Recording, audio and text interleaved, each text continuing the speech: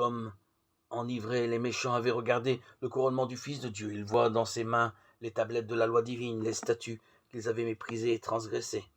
Ils sont témoins de l'explosion de miracles, joie et adoration de ceux qui sont sauvés.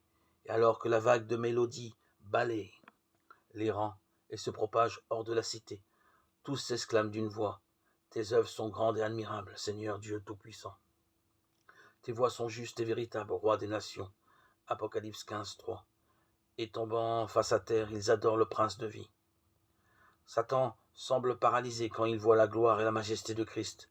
Lui qui était auparavant un chérubin protecteur se rappelle d'où il avait chuté. Un ange brillant, fils du matin. Quel changement, quelle dégradation. Satan voit que sa rébellion volontaire l'a rendu inapte pour le ciel. Il a formé et utilisé ses pouvoirs pour se battre contre Dieu, et ainsi la pureté, la paix et l'harmonie du ciel seraient une suprême torture pour lui.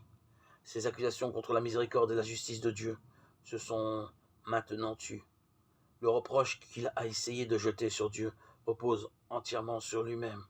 Et maintenant, Satan se prosterne et confesse la justice de sa sentence.